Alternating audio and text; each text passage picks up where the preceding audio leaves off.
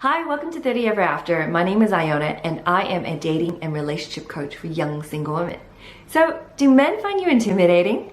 If you don't know why, I will share a few reasons in this next video. Stay tuned.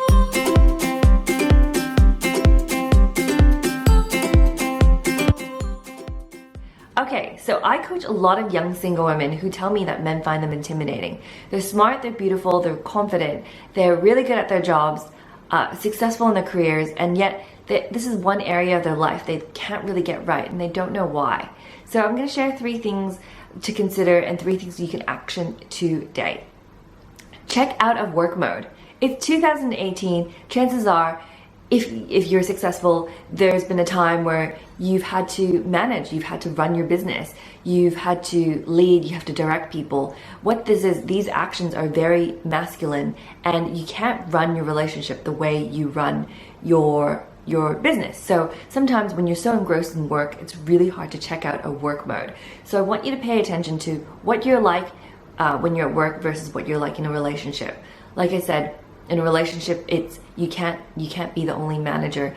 It takes 2 people to nurture it, 2 people to contribute to it. So are you letting the guy contribute as well? This is important, especially if you want to attract a masculine man where you want him to be a man and let him take the lead.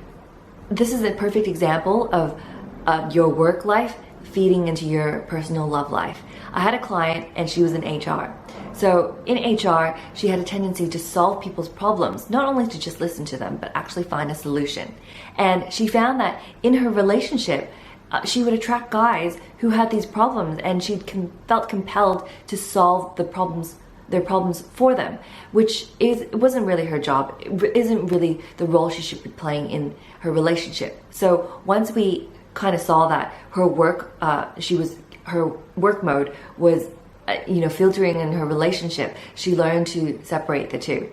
That it's okay in her day job to solve people's problems, but in their relationships, for her just to listen when a guy was venting about the day instead of solving his problems.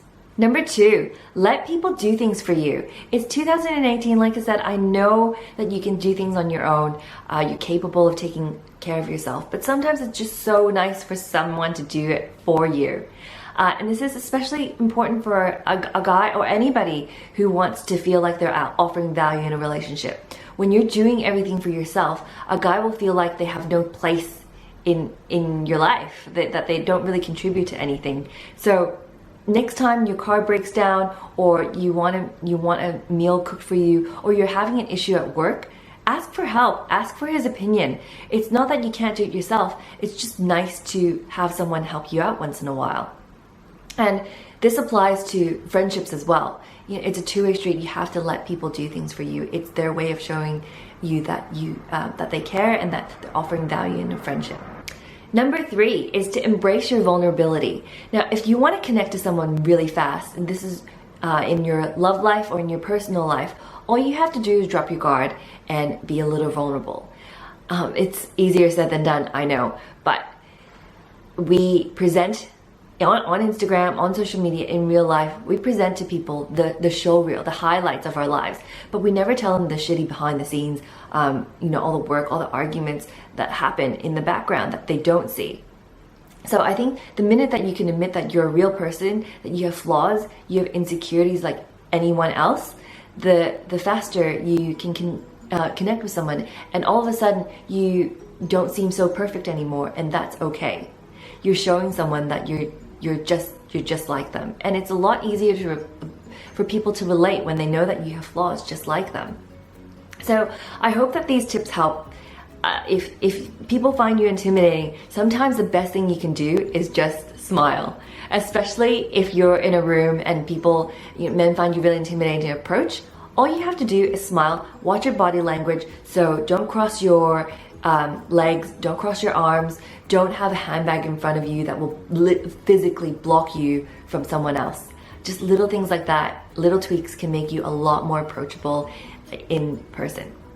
So if you like tips like this, I've never done one, I will do more videos. Just leave me a comment, leave me a like, or subscribe to my video if it resonates with you. Thanks for watching.